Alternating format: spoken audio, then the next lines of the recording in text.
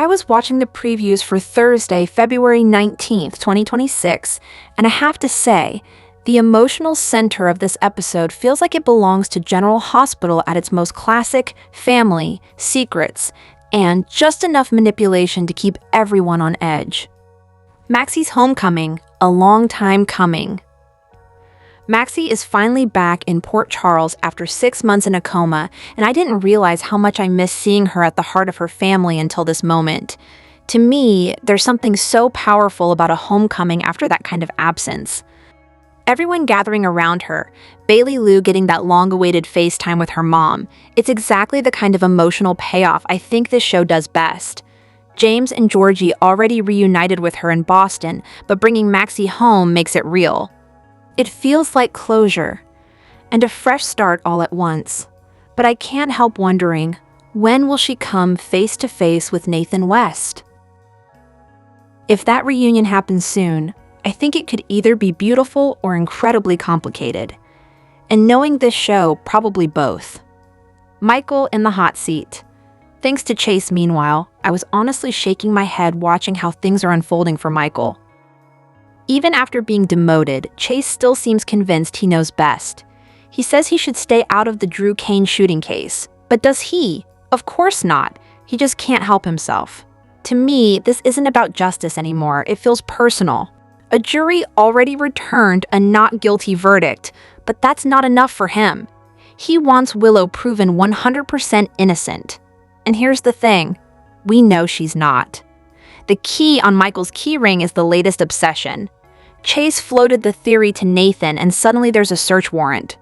Michael handed over his keys without hesitation, which honestly makes me think he either has nothing to hide, or he believes he can talk his way out of anything.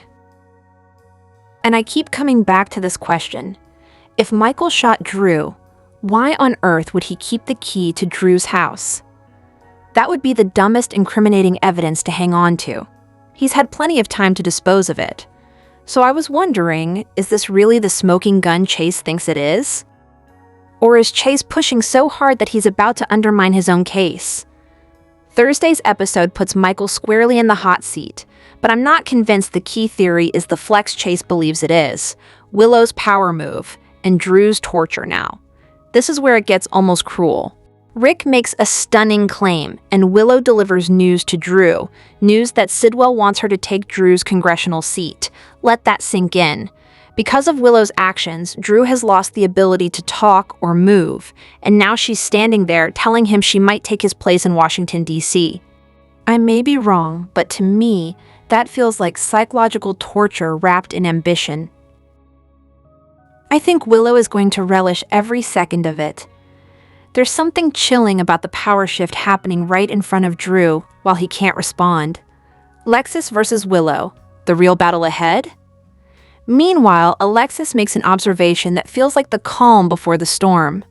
The writers are clearly setting the stage for a showdown, especially with Laura encouraging Alexis to step into Drew's congressional role instead. An Alexis versus Willow battle? That's not just political, that's personal, emotional, and potentially destructive. And I have to say, I think this could lead to the downfall of one of them, maybe even both. If Willow overplays her hand, she could expose herself. If Alexis steps in, she risks entering a war that might cost her more than she expects.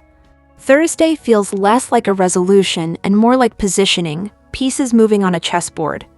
Maxie gets her joyful reunion, Michael faces suspicion, Willow tightens her grip on power. And Drew remains trapped in silence, forced to watch it all unfold. And to me, that silence might be the loudest part of the entire story. Monday's episode really made me pause and think about how much of this story is about timing, and how timing can change everything. At the Pcpd, when Nathan updated Dante about serving the search warrant on Michael, I couldn't help but feel the weight of it. Nathan had Michael's keyring, plus a few loose keys from Aurora, but even he admitted it felt like a long shot. I mean, what shooter keeps the key to his victim's house just casually hanging on a keyring? It almost sounds too obvious. Still, Dante insisted they have to do it by the book.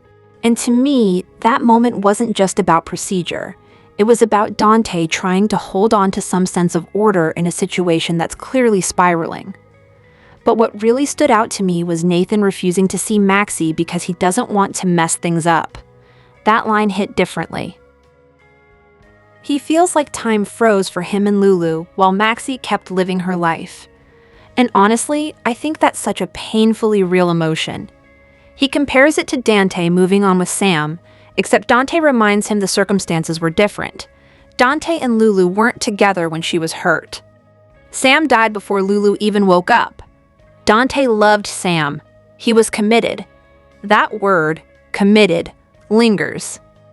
Nathan starts questioning whether Maxie is that committed to Spinelli, and I was wondering if he's really asking about Maxie or if he's trying to justify what he wants for himself. Then he says something that surprised even Dante. If James and Maxie want them back together, he'll reunite with her. But what about what he wants? Before we even get an answer, the case takes center stage again. A call comes in. There's a match on one of Michael's keys. And suddenly, it's not speculation anymore. Michael has a key to Drew's house. Nathan says it flat out. My brother lied. That felt like a turning point. Meanwhile, over at Nina's office, the tone shifts, but not completely.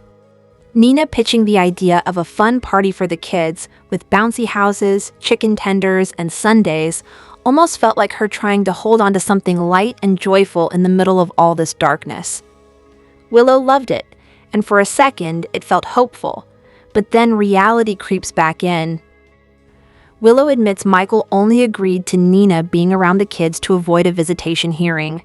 That's not generosity, that's strategy, and I think Willow knows it. Then comes the revelation. She's been asked to finish Drew's term in Congress. That stunned me. Nina is thrilled, of course she is. To her, this is destiny. But Willow hesitates. She already feels stretched thin between the kids and Drew's condition. And Nina gently, or maybe not so gently, reminds her that Michael has the kids 60% of the time. She even suggests Drew belongs in long-term care. That's a bold push. Maybe necessary. Maybe self-serving. I'm still deciding. And then we get Alexis. When she tells Molly and Suzanne that Laura wants her to take Drew's congressional seat, their excitement is immediate. They see it as obvious, like Alexis was made for this. Suzanne is ready to launch a campaign yesterday. But Alexis pulls back, asking her to slow down. That hesitation tells me she understands the gravity of it. This isn't just a career move. It's stepping into the shadow of everything that's happened. Drew's legacy, the scandal, the violence, the politics. And tying it all together, I keep thinking about how both Willow and Alexis are being asked to step into roles left behind by someone else's tragedy. Power, responsibility, timing. Meanwhile, Michael's secret key might unravel everything. To me, this episode wasn't just about warrants or political offers. It was about choices made in the aftermath of loss, and whether moving forward is healing, or just another way of running from what hasn't been resolved. Maybe I'm wrong, but it feels like we're standing on the edge of something big. I think what really stood out to me in all of this is the idea that they need female truth-tellers in Congress, not polished puppets. No perfect resume.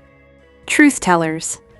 And honestly, that's what makes Alexis's arc hit harder. At first, I was wondering if she'd ever actually say yes. She starts to come around, but you can see the fear all over her. It's not about ambition. It's about Scout. It's about consequences.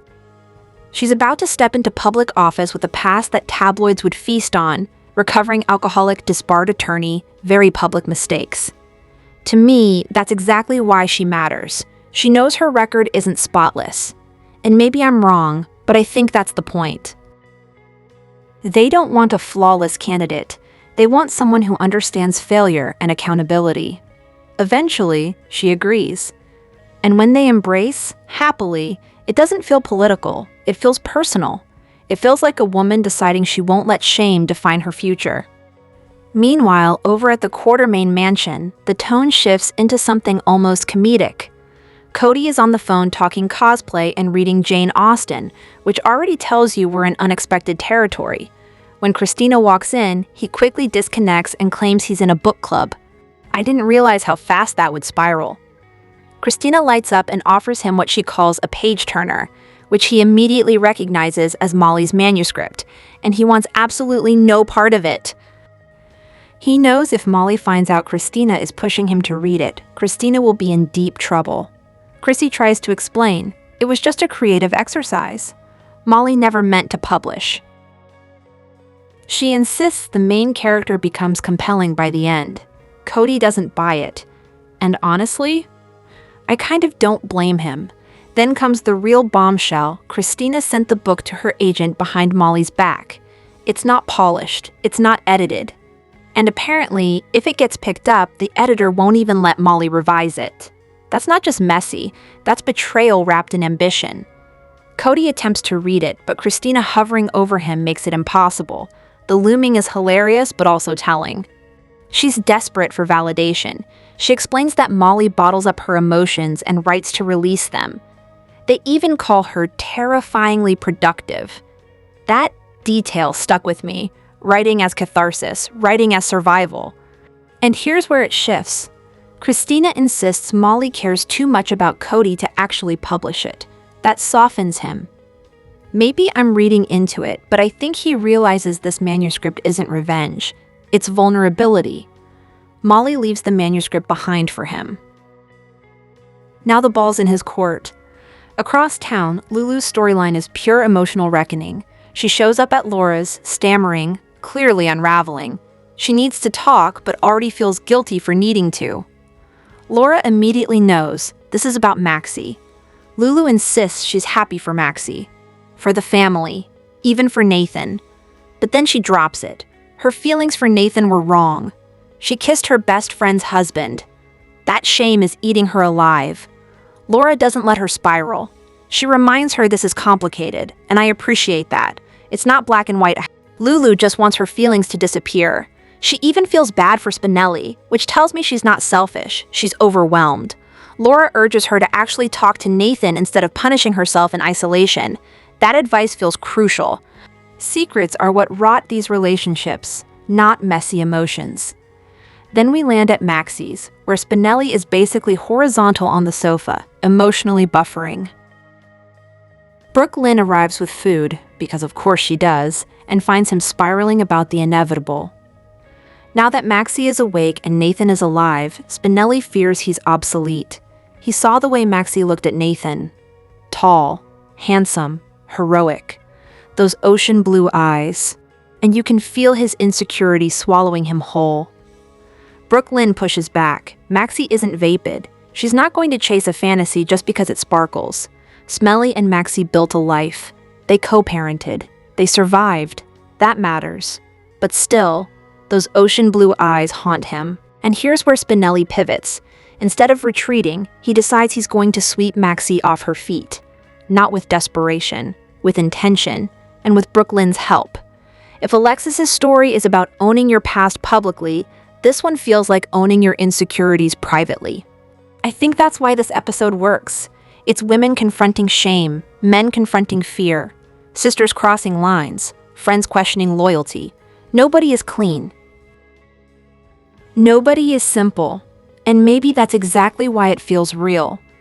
I think the February 18th, 2026 episode of General Hospital is setting us up for one of those emotional storms that only General Hospital can deliver. Now that Maxie is finally awake and heading back to Port Charles, I can't help but feel like everything and everyone is about to be tested. From my perspective, Spinelli has been spiraling long before Maxie even opened her eyes. He's been confiding in Jason Morgan, trying to make sense of the fear he doesn't want to admit out loud. And now he's even opened up to Brooke Lynn Quartermain about his constant ruminating over what will happen the moment Maxie sees Nathan. I honestly don't blame him. What Maxie had with Nathan wasn't some passing romance. It was deep. It was real. She loved both men. She married both men. She built a life and had children with both men. To me, that's what makes this triangle so heartbreaking. Spinelli seems convinced that Nathan is Maxie's true husband, almost like he's already bracing for defeat. But Brooke Lynn made it clear, He doesn't get to surrender before the battle even begins. And then there's Lulu. I was wondering how long she could keep carrying the weight of what she's done. She went to her mother, Laura Collins, looking for reassurance, maybe even absolution. Lulu feels like she betrayed her best friend by kissing Maxie's husband while Maxie was in a coma. The guilt is eating at her, especially when she compares it to how Maxie showed up for her during her own darkest time. Laura, in that calm and grounded way only she can, reminded Lulu that life didn't freeze when Maxie fell into that coma. Feelings don't ask for permission. I think that's the core of Lulu's conflict. She didn't plan this, she didn't want this, but here she is. And Nathan? He may have adjusted quickly to being back in Port Charles after being presumed dead for 7 years, but I didn't realize how fragile he actually feels until this moment. He's reunited with almost everyone who matters, except Maxie. And now that the reunion is imminent, he admitted to Dante Falconeri that he's not ready. That says everything. Nathan even floated the idea of getting back together with Maxie for James's sake, and I have to say, Dante's response stood out to me. He reminded Nathan that reconciliation can't just be about the child. It has to be something he truly wants. Otherwise, it's not love, it's obligation. As February 19th approaches and Maxie's return to Port Charles becomes reality, I think the tension is only going to intensify. Lulu is quietly panicking about what this means for her future. Spinelli might be preparing for a showdown that may not even happen. And Nathan? He's about to face the woman who loved him, mourned him, and moved on from him, all at once. To me, this feels less like a love triangle and more like an emotional reckoning. Maxie's arrival isn't just a reunion. It's a test of who these people are now, after grief, after growth, after years of believing one version of the truth. And maybe I'm wrong, but I have a feeling Port Charles is about to be turned upside down all over again. On General Hospital, I have to say, I'm really starting to think Damien Spinelli might be on the verge of making a huge emotional move, and it could completely stun Maxie Jones. Ever since Maxie slipped into that coma, I remember how determined Spinelli sounded. He was already planning to propose. He even stood by her bedside begging her to wake up so he could finally ask her to marry him. To me, that moment showed just how serious he was. But of course, she didn't open her eyes back then, and life took a very different turn. Now Maxie is finally awake, and nothing is simple anymore. With Nathan West suddenly back in the picture, everything feels complicated, and honestly, I can't help wondering if this version of Nathan is really who he claims to be. Yes, the evidence says he is, but the way he reacted to Maxie waking up, he looked miserable. That reaction didn't scream romantic reunion to me. Maybe I'm wrong, but something about it feels off. Meanwhile, Spinelli doesn't seem ready to step aside. When Liesl Abrecht tried to tell him his services were no longer needed, she also made that pointed comment about true love always finding its way. I think that really hit him. In the February 16th episode, you could almost see a spark reignite in him. He agreed with her, clinked glasses, and suddenly it felt like he'd made a decision. And that's where things get interesting. If Spinelli truly believes Maxie is his future, what better way, at least in his mind, to prove it than by getting down on one knee? I can absolutely see him convincing himself that a heartfelt proposal is the ultimate grand gesture. But here's where I start to worry. Maxie just woke up after 6 months in a coma. She's processing lost time, emotional whiplash, and the shocking news that Nathan is alive. That's a lot. To me, proposing right now feels like emotional overload, and if Spinelli turns this into a big public moment at her welcome home party, that could backfire fast. It might seem romantic to him, but to Maxie, already overwhelmed, it could feel like pressure. Even if he waits and does it privately, I still wonder if it's too soon. Maybe he won't demand an answer. Maybe he'll simply tell her the offer stands whenever she's ready. That would at least show maturity. But Spinelli's emotions are running high, and sometimes when he feels deeply, he acts boldly. I don't think he's prepared to walk away from Maxie. Not now. Not after everything. So the real question becomes, will his proposal be seen as proof of unwavering love, Or will it push Maxie even further into confusion? Either way, I have a feeling this next move could change everything for them. I think it's only a matter of time before that so-called truce between Lulu Spencer and Brooklyn Quartermaine Chase completely falls apart on General Hospital. For now, they're playing nice. But to me, it feels fragile. Like one wrong move could reignite that mutual resentment in a heartbeat. When Brooklyn dropped Bailey Lou off at Lulu's so she could babysit while everyone was in Boston, I don't think she expected to pick up on that undeniable spark between Lulu and Nathan. But she did. And I was honestly not surprised when she confronted Lulu about it. That tension was written all over her face. Of course, Brooklyn didn't stop there. She reminded Lulu that her good intentions have a way of blowing up people's lives. I was thinking about how Lulu's break-in at Martin Gray's hotel room led to Gio Palmieri discovering that Brooklyn was his mother, and Brooklyn discovering Gio was her son. That wasn't exactly a small ripple effect, it was a tidal wave. To Lulu's credit, she owned it. She apologized. She admitted that Brooklyn was right. There are feelings between her and Nathan, and I actually respected that moment. It felt honest. But here's the thing that keeps bothering me. Lulu always means well. She meant well when she exposed Sasha Gilmore as Nina Reeves' fake daughter. She meant well with Gio's adoption. There's this pattern, and I can't ignore it. I feel like Lulu has this need to fix wrongs that aren't hers to fix. Maybe she sees herself as noble. Maybe she truly believes she's helping. But I can't help wondering if she realizes how invasive that can be. Now Maxie Jones is awake and on her way back to Port Charles, and everything has shifted. That changes the entire equation. And I'm sitting here thinking, what if Brooklyn decides it's her turn to right a wrong? Would she warn Maxie about Lulu and Nathan? If she does, I think that truce is done. Completely done. What makes this even messier is that I wouldn't put it past Brooklyn to leave out one very important detail, that Nathan has feelings for Lulu too. If she frames it as Lulu making a move on a married man, that could explode fast. And yes, let's not forget, with Nathan alive, he and Maxie are still legally married. That's not a minor complication. As the complication, I also can't ignore that Brooklyn is set to have scenes with Damian Spinelli soon.